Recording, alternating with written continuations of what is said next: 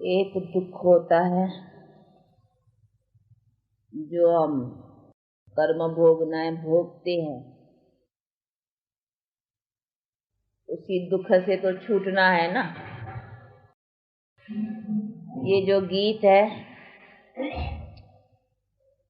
तो ये भी समझने का है। ऐसे नहीं है कि कांटों से क्या डरेंगे तो उसका मतलब है हम 5 विकार और दुख से क्या डरेंगे, नहीं। ये तो हमारा दुख भोगने का है ना। हाँ, उसी से अपने को छुड़ाने के लिए कोई कष्ट भी उठाना पड़े तो उसी कष्ट से क्या डरेंगे, समझा। जैसे गीता में भी कहा है ना कि जो अभी तुमको अमृत लगता है वो अंते जहर है, उसी जहर से तो डरना चाहिए ना। और जो अभी तुमको जहर लगता है, कठिन लगता है, वो अंते अमृत है, तो उस जहर से नहीं डरना है, क्योंकि इसमें अंते सुखदाई है।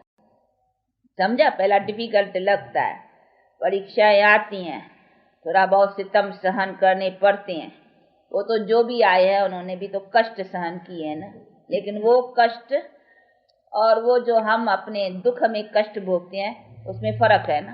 अभी गांधी था, गांधी को गोली लगी, हाँ भाई, ये कष्ट, लेकिन ये कष्ट तो उसका नाम हो गया ना भाई, देश की सेवा के लिए।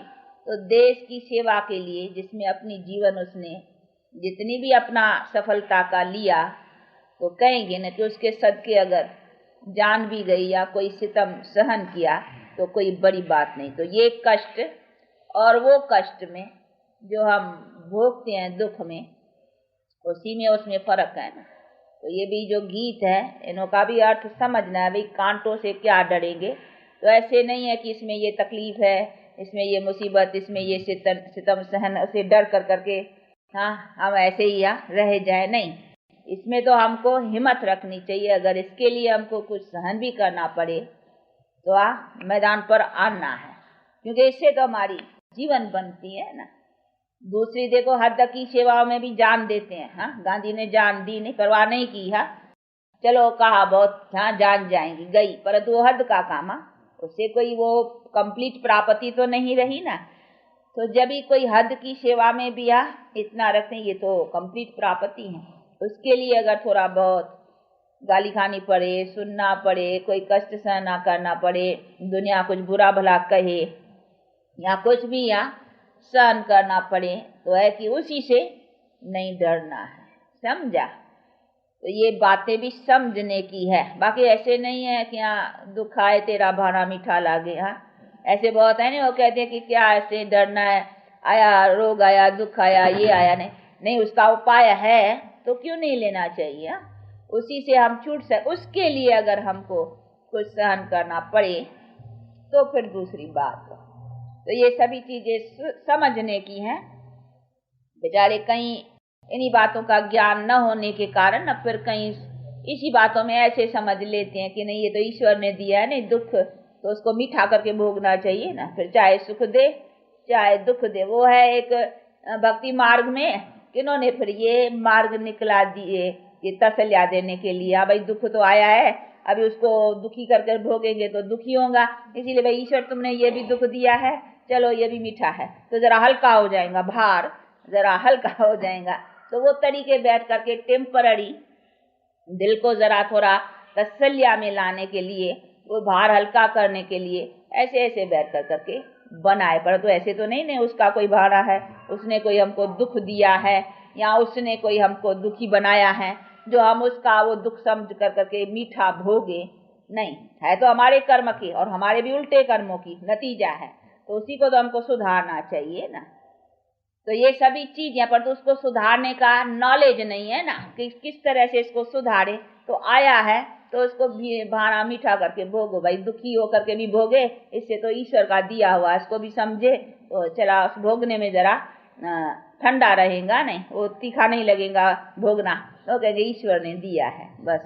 तो ईश्वर का दिया हुआ तो अच्छा या बुरा फिर ऐसा समझ करके बुरे को भी अच्छा समझ के चलेंगे। इसी तरीके से वो टेम्पररी अपने को थोड़ा शांति मन को लाने के लिए। तो ये हो गई अलग काल की शांति के तरीके। लेकिन बाप तो हमको बैर कर करके कहते बच्चे प्रैक्टिकल, सदा काल के लिए तुम्हारे पास शांति और सुख आवे, वो किस तरीके से आएंगे उन्हीं बातों को समझो। वो तो कहते हैं ना कि ये तो दुख मेरा थोड़ी, ये तो तेरा है, इसको तू समझ, और समझ कर करके इसी कर्म को तू मत बना जिससे तेरा दुख बनता है। तो ये बनता है 5 विकारों से, माया के संग से। अभी तू टोटली उसका संग छोड़ दे, ऐसा नहीं थोड़ा संग करो, थोड़ा छोड़ो न, टोटली एकदम एंड सब सरेंडर। माया का एकदम संग छोड़ दो, जिससे बनता ही दुख है। ऐसे नहीं माया से कुछ सुख बनता है, नहीं, उसे बनता ही दुख है। तो इसीलिए दुख का तो संग छोड़ देना चाहिए ना। इसीलिए बाप कहते उनका संग ही छोड़ो, अब मेरा संग पकड़ो। तो मेरे से तो कोई ऐसा नहीं है कि थोड़ा दुख थोड़ा सुख, नहीं, मेरे से तो है ही सुख। मैं तो सदा सुख दाता हूँ ना, मुझे कहते ही हो सुख दाता। तो अभी मेरा संग पकड़। देखो भक्ति मार्ग में भी जाने न जाने बिना भी तुम मेरा संग पकड़ते हो, तो भी मैं तुमको अलग काल भी सुख देता हूँ। वो मैं देता हूँ, माया नहीं देती है वो सुख। ऐसा नहीं समझना है भक्ति मार्ग में ये माया सुख देती है। वो भी सुख जो है भक्ति में भी मैं ही देता हूँ, क्योंकि ईश्वर अर्थ करते हो ना। देखो भले कोई गरीब को दान करता है, लेकिन अंदर में तो ये है ना, गरीब को दूंगा तो भगवान राजी रहेगा।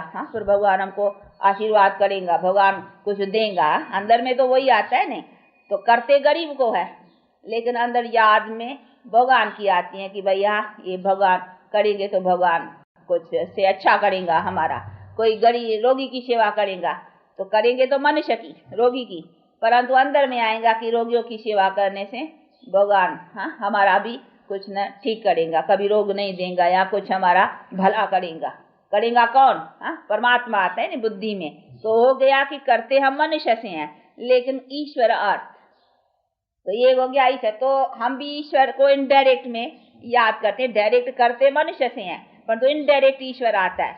तो परमात्मा भी इनडायरेक्ट हमको रिटर्न करता है, किस मनुष्य के थ्रू। चलो किसी के द्वारा फिर धन की प्राप्ति होगी, चलो धनवान के घर में किसको दिया तो अच्छा दूसरे जन्म में धन मिल जाएगा। ऐसा होगा, कुछ रिटर्न हो ही जाती है। दूसरे किसके रोगी का किया, गरीबों की सेवा की, ऐसे बहुत हॉस्पिटल्स खोलते हैं, बहुत देखो स्कूल खोलते हैं, विद्या का दान। तो दूसरे जन्म में क्या होगा, वो उसको बड़ी विद्या मिलेंगी, बड़ा डॉक्टर इंजीनियर बड़े कोई स्टेटस पा लेगा। विद्या का दान किया है ना, तो उसको दूसरे जन्म में कुछ स्टेटस अच्छी मिलेंगी। धन दान किया तो कोई धनवान के घर में जन्म मिलेगा। कोई रोगियों की सेवा की है तो चलो दूसरे जन्म में जरा हेल्थ अच्छी मिलेंगी। ऐसा ऐसा रिटर्न होता है। लेकिन करते तो ईश्वर अर्थ है नहीं, इनडायरेक्ट तो बुद्धि में ईश्वर आता है, पर तो करते मनुष्य के साथ में, तो फिर इनडायरेक्ट ईश्वर उसको देता है मनुष्य के थ्रू। वो भी मनुष्य के थ्रू ईश्वर को याद करते हैं, ईश्वर भी मनुष्य के थ्रू फिर उसको देता है। इसी तरह से वो तो भक्ति मार्ग चला इनडायरेक्ट वे में। अभी बाप कहते हैं डायरेक्ट। अब तो मैं आया हुआ हूँ ना डायरेक्ट, तो ये अभी तुम्हारा संबंध मेरे से डायरेक्ट है, इसीलिए अभी डायरेक्ट मेरे से तो सदा सुख की प्राप्ति करने की है।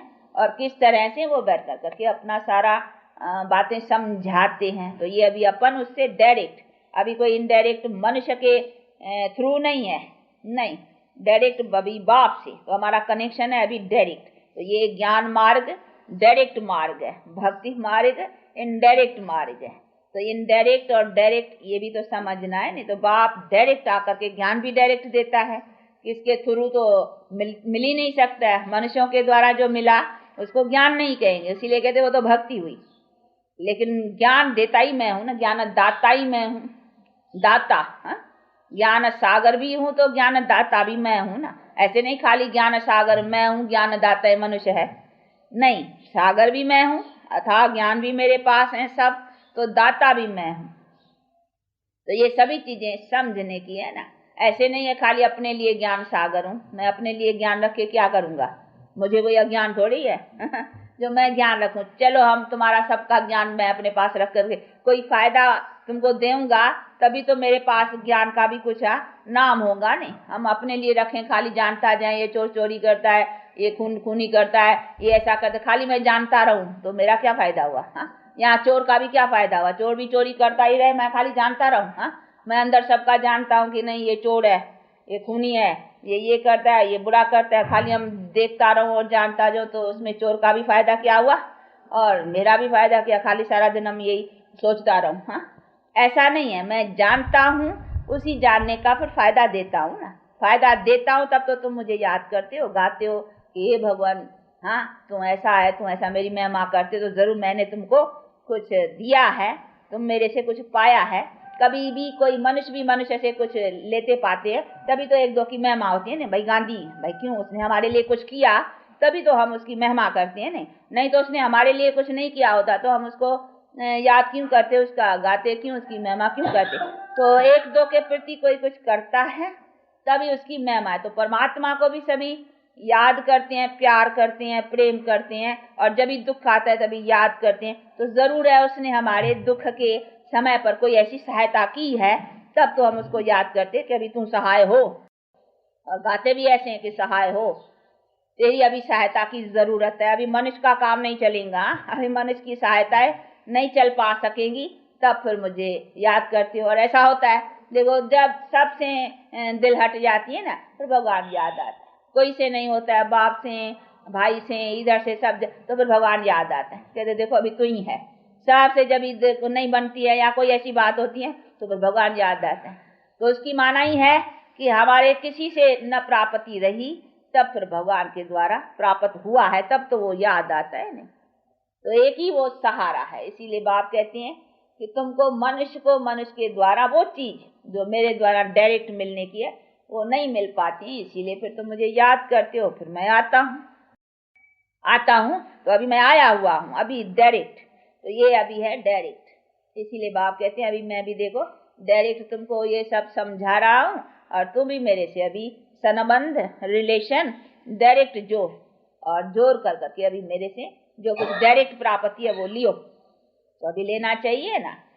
तो ये बुद्धि में आनी चाहिए कि ये हमारा कोई मनुष्य के द्वारा नहीं है। मनुष्य के द्वारा ऐसे नहीं समझना ब्रह्मा के द्वारा हमको मिलता है, नहीं, ब्रह्मा भी उससे लेता है ना।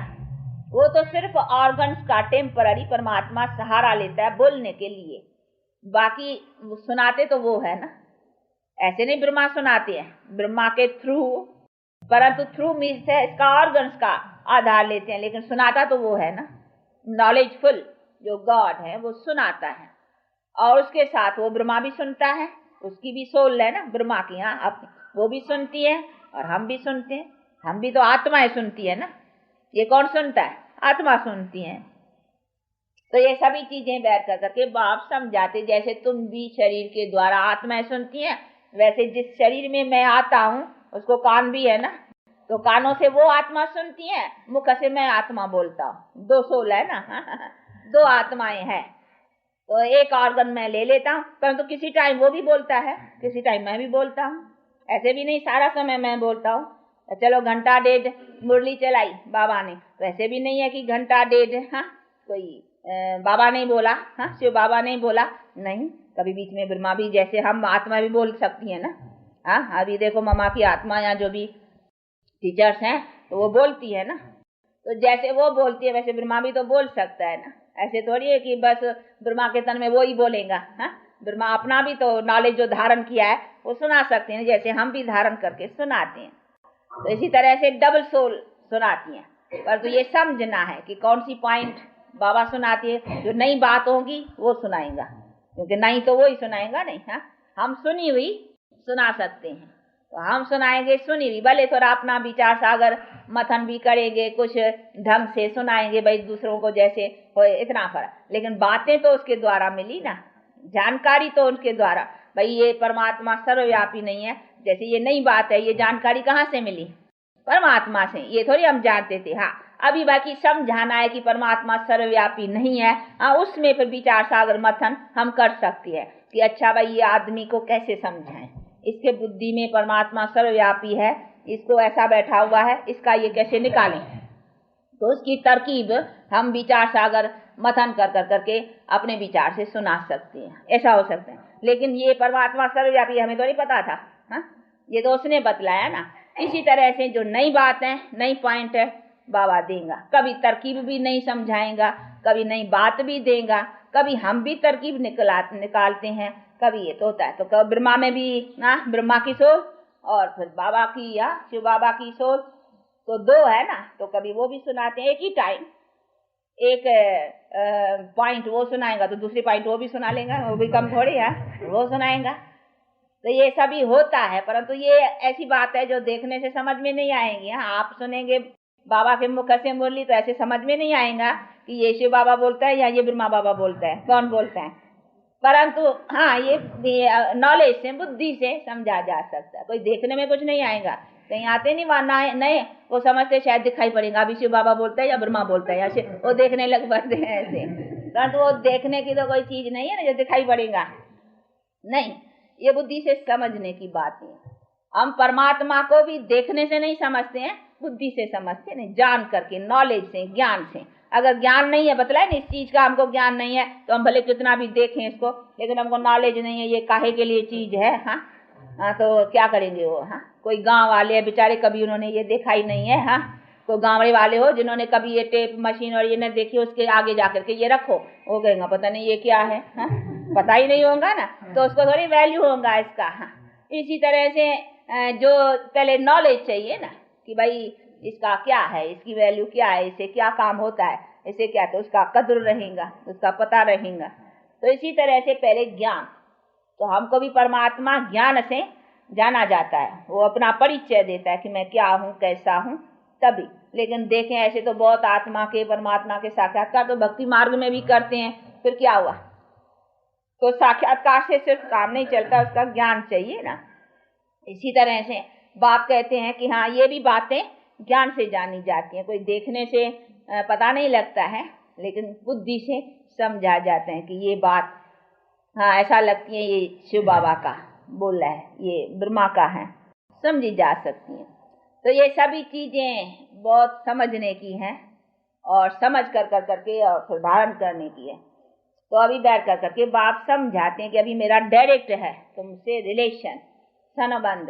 अभी मैं डायरेक्ट सुनाता हूँ और तुम भी मेरे से डायरेक्ट रखो। अभी किसके थ्रू तो नहीं ना, मनुष्य के, अब डायरेक्ट। इसीलिए हमारा लेना देना डायरेक्ट उसके साथ है। जो हम करते हैं अभी उनके साथ में करते हैं, तन से, मन से, धन से, अभी उनके साथ करते हैं। नहीं तो उनके साथ करते हैं, तो उनके द्वारा डायरेक्ट करने में फायदा है।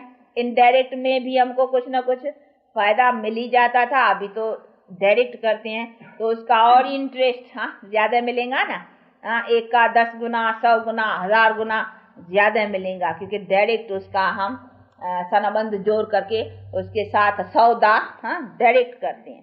तो अभी हम सौदा डायरेक्ट करते हैं, एक्सचेंज करते हैं। और बाप कहते हैं बच्चे पुराने दियो और नए लियो, एक्सचेंज, सब एक्सचेंज, बॉडी एक्सचेंज, आत्मा भी इम्प्यूरिफाइड से प्यूरिफाइड, सब एक्सचेंज। उससे हमको सब सारा संसार एक्सचेंज में मिलता है।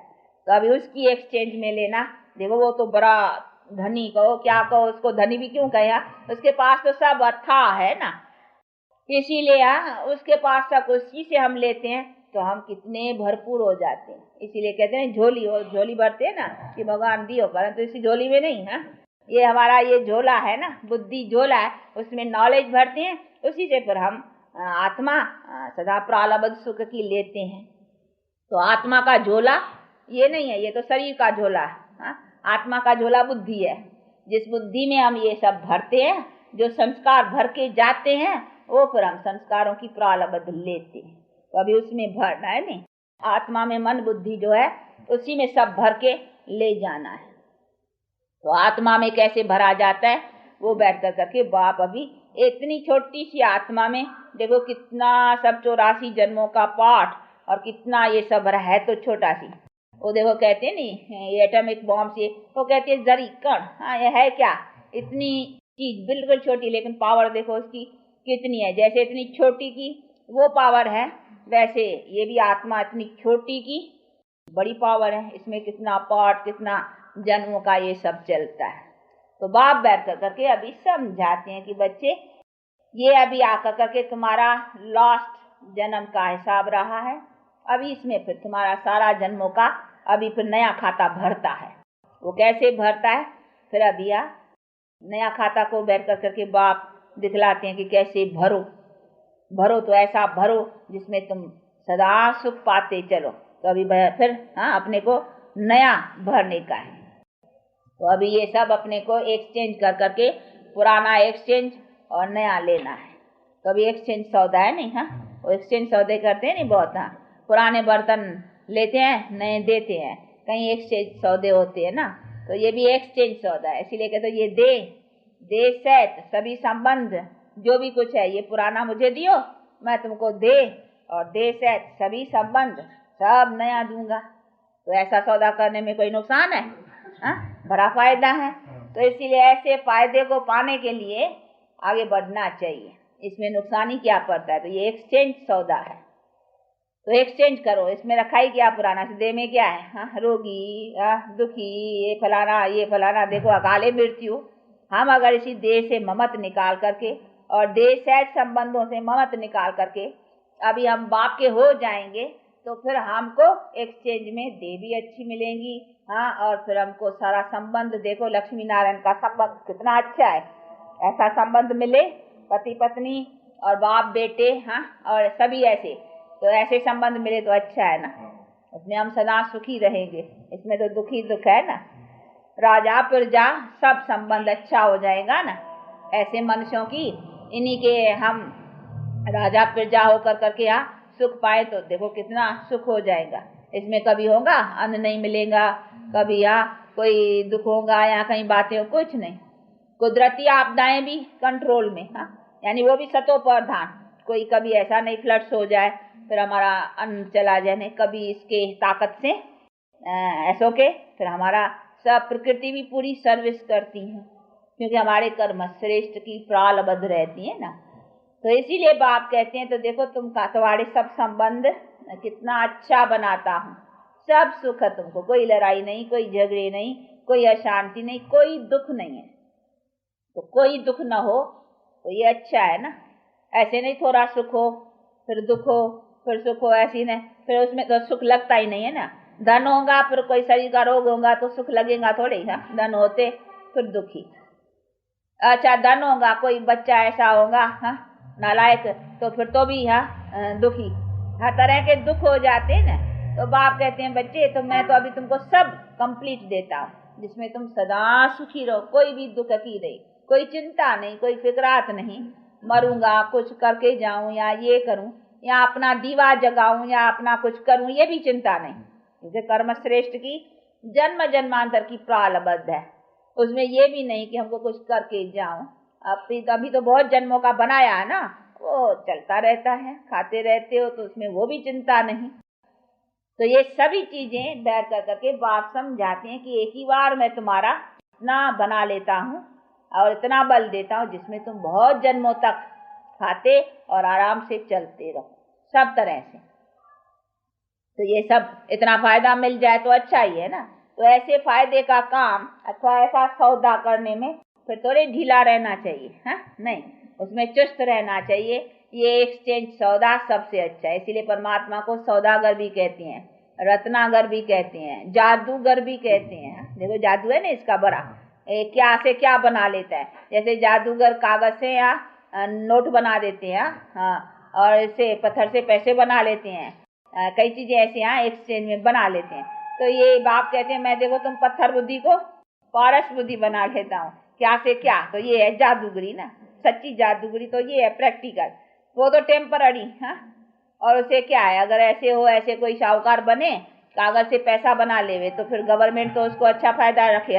सबको कहे जादूगरों को इकट्ठा कर देवे और कह देवे कि हमारे यहाँ पैसा बना के दियो। हाँ, काम चलता है, परंतु ऐसा तो नहीं चलता ना। तो ये सभी चीजें बैठ कर करके बाप अच्छी तरह से समझाते हैं कि बच्चे ये प्रैक्टिकल तुम्हारा जो बनता है वो सदा सुख पाने की चीज। तो अभी सदा सुख पाने की जो चीज मिली है उसको लेकर कर करके और बाप से अपना सदा सुख प्राप्त करना है। तो ऐसे पुरुषार्थ में लगे रहो, इसमें कोई भी सुस्ती नहीं। हाँ, कोई गफलत नहीं, कोई ठंडा पुरुषार्थ नहीं, तेज पुरुषार्थ। ये रफ्तार तेज चलनी चाहिए, ये अपना ध्यान रखना चाहिए। और अपने में कोई खामी हो, क्रोध की, लोभ की, मोह की, काम की, हाँ, जो भी खामी हो, खामी समझते हो नहीं, जो भी अपने में बुराइयां हो वो बुराइयां निकालनी चाहिए, अपने में रखनी नहीं चाहिए। अगर कुछ वीकनेस हो, नहीं निकल पा सकती है, तो फिर उसका श्रीमत लेनी चाहिए। हाँ, तो उसका राय मिलेंगी, इस खामी को तुम ऐसा कर। जैसे डॉक्टर पेशेंट होता है कोई ऐसा अच्छा कोई दवा मिलती है परंतु फायदा नहीं पड़ा तो फिर डॉक्टर को बतलाने से फिर एक्सचेंज कर देगा नहीं दवाई। हाँ, तो अच्छा भाई तुमको इससे नहीं हुआ, चलो अभी इंजेक्शन, लिक्विड से नहीं हुआ, चलो इंजेक्शन, इंजेक्शन से नहीं हुआ तो चलो ये दूसरी दवाई, फिर एक्सचेंज करेगा तो दूसरी कोई मिल जाएगी। तो फायदा तो इससे ही मिलना है ना, और तो कहाँ से मिलना है। चलो ये डॉक्टर छोड़े फिर दूसरा डॉक्टर लेगा, उसमें तो बहुत डॉक्टर्स है, एक छोड़ेगा चलो दूसरे से ले लेगा।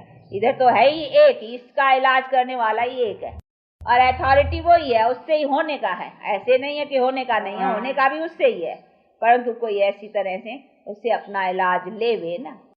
इसीलिए बाप कहते हैं कि देखो सब, मुक्ति भी मैं देने वाला, जीवन मुक्ति भी मैं देने वाला, दोनों मैं देने। चलो तुम मुक्ति चाहो तो भी मेरे से, हाँ, उसे मेरे से फायदा मिलेगा नहीं। इसलिए बाप कहते बच्चे अभी मेरे साथ संबंध जोड़ने से तुमको फायदा ही फायदा है, नुकसान की तो बात ही नहीं है। थोड़ा भी तो भी फायदा है, बहुत तो फायदा ही है, तो फायदा तो मेरे से ही मिलना है ना। इसीलिए फायदा क्यों नहीं लेते हो, उसमें ढीले नहीं, उसमें पुरुषार्थ ढीला नहीं रखने का। तो ये सभी चीजें हैं जिसको बहुत अच्छी तरह से समझते और अपने पुरुषार्थ को आगे रखने का है, इसको कहेंगे पुरुषार्थी। बाकी ऐसे नहीं है काम तो पुरुषार्थ थोड़ा बहुत करते ही रहते हैं, नहीं करना। तो फिर जितना लेना है वो अपना एम रखना चाहिए, हमको लेना इतना है, माल इतना है, उसमें से हमको लेना है। ऐसे नहीं थोड़ा लिया ये भी अच्छा, हाँ नहीं, लेना तो जितनी है उसमें से हमको लेना चाहिए। जब भी चांस है इतने लेने का तो क्यों नहीं लेवे, तो उसको कहेंगे ये लेने वाला अच्छा है। बाकी जरा सा ले लिया तो क्या हुआ, वो भी कहेंगे अरे तुम्हारे माल इतना मिलता है, तुम लेता इतना है, अरे तेरे से किस्मत में नहीं है। उसी समय ऐसा कहने में आता है किस्मत नहीं है, तुम कोई कम वक्त हो, तुम्हारे आगे इतना वक्त आया और तुमने लिया इतना, हाँ, तो कहेंगे अरे तुम्हारे तो किस्मत में नहीं है शायद, हाँ, ऐसा कहा जाता है ना। तो अभी बाप हमारे सामने इतना आया, हाँ, और हम उससे इतना लें जरा सा, तो क्या कहेंगे कम वक्त, हाँ? तो ऐसा थोड़ी बनना चाहिए, लेना तो पूरा लेना और लेना ही चाहिए। ऐसा भी नहीं है कि लेना तो पूरा लेना, नहीं तो नहीं लेना, हाँ? कहीं पर ऐसे भी महामूर्ख निकलते, इसको फिर कहेंगे महामूर्ख। हाँ, मूर्ख तो पहले ही है, पर वो समझते हैं कि इतना लेवे तो उससे तो न लेवे तो अच्छा है, हाँ, तो ऐसे भी महामूर्ख, उसको फिर कहेंगे क्या महामूर्ख, हाँ? ऐसे तो नहीं है ना, मूर्ख तो पहले ही है कि हम माया के संग में खो बैठे हैं, पर तुम मिली चीज के में से चलो इतना नहीं तो थोड़ा भी, वो भी तो ठीक है, पर तुम बाप फिर समझाते हैं कि इसने इतने में खुश नहीं होना है, तो न महामूर्ख बनो न कम वक्त बनो, समझा। तो ऐसा भी नहीं बनना है, इसीलिए अपने समझ को अच्छी तरह से रखते और अपना पुरुषार्थ करने का, वैसे पुरुषार्थ करते आगे बढ़ो। अच्छा आप लोगों का टाइम हुआ है, हाँ चलो आज देखो बाबा की टोली आई है, मालूम है, हाँ बाबा ने टोली मोकली भेजी है बेंगलोर वासियों के लिए, दिल्ली से, हाँ दिल्ली से एक आया है गोप, तो वो ले आया है। तो देखो बेंगलोर वासियों को बाप दादा, हाँ, कितना याद करती हैं, कितना प्यार करती हैं, आप लोगों के लिए टोली भेजे, इसीलिए आज हम खिलाते हैं आप लोगों को। बाबा की टोली है ना, ना बाबा ने प्यार से भेजी है, फिर हम भी प्यार से खिलाएंगे ना, हाँ, तो आज हम खिलाते हैं, ठीक है, हाँ, चलो।